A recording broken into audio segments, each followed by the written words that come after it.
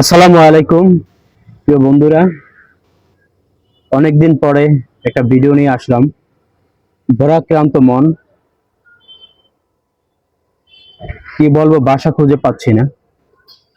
ঢাকা মিরপুরে একটি অনাকাঙ্ক্ষিত ঘটনা ঘটে গেছে, সারা বাংলাদেশ আজকে কাঁপছে। হাসিয়ার মতো কি হৃদয় বিদারক ঘটনা, তার চেয়েও কঠোর কঠোর করুন।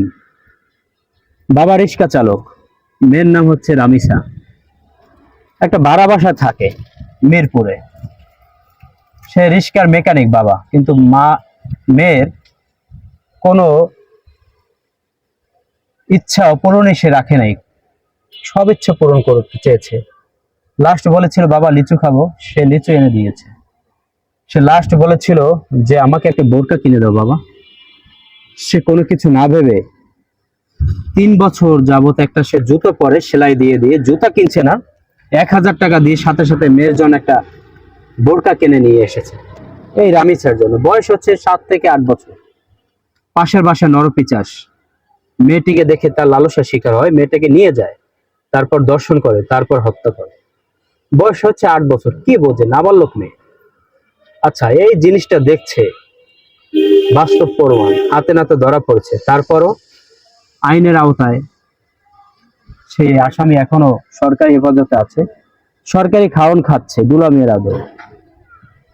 আজকে এই অসহায় শিশু, নাবালক, কিচ্ছুই বোঝে না, এমন একটি শিশুকে এভাবে মেরে ফেলছে, দর্শন করে তারপরে তার গলা কেটে বাথরুমে রেখেছে, আর অর্ধেক দেহটা রেখেছে বিছানার উপর। কি হবে এত আইন দিয়ে, যদি আইনের প্রয়োগ না হয়? বাংলাদেশ আইনের অভাব নাই, কিন্তু এর প্রয়োগ কোথায়? সারা বাংলাদেশের জনগণ, সাধারণ জনগণ একটাই জানার ইচ্ছা, আইন আছে, আইনের প্রয়োগ কোথায়? অনেক গাড়ি আছে ঢাকা শহরে, বহুত নামে বেনামে বহুত গাড়ি আছে, যাদের লাইসেন্স নাই, ড্রাইভারের লাইসেন্স নাই, অনেক কাগজপত্র নেই, তারা শাসা করে এই রাস্তা ঘুরে বেড়াচ্ছে। কিন্তু রাস্তায় যখন ঘুরে বেড়াচ্ছে, হাজার হাজার গাড়িতে যাত্রী থাকছে, তখনই ট্রাফিক পুলিশ ধরে মামলা দিচ্ছে। 500-1000 টাকা দিলে আর মামলা দিচ্ছে না। তাহলে এই যে বাসের ভিতরে 50-60 জন যাত্রী থাকে, আধা ঘন্টা 1 ঘন্টা একটা বাস গরমের ভিতরে থামিয়ে রাখে, যাত্রীদের হয়রানি হচ্ছে না, যাত্রীদের সময়ের মূল্য নাই, যাত্রী এক জায়গায় যাইতে পারছে না টাইম মতো।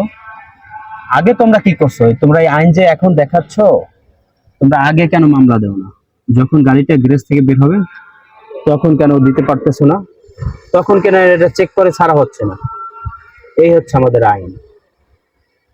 সবাইকে এই বলে শেষ করলাম। সারা বাংলাদেশ মানুষ জানতে চায় যে আইন কোথায়, আইনের প্রয়োগ কোথায়। আইন কি টাকার কাছে তাহলে এখন বিক্রি হয়ে যাচ্ছে?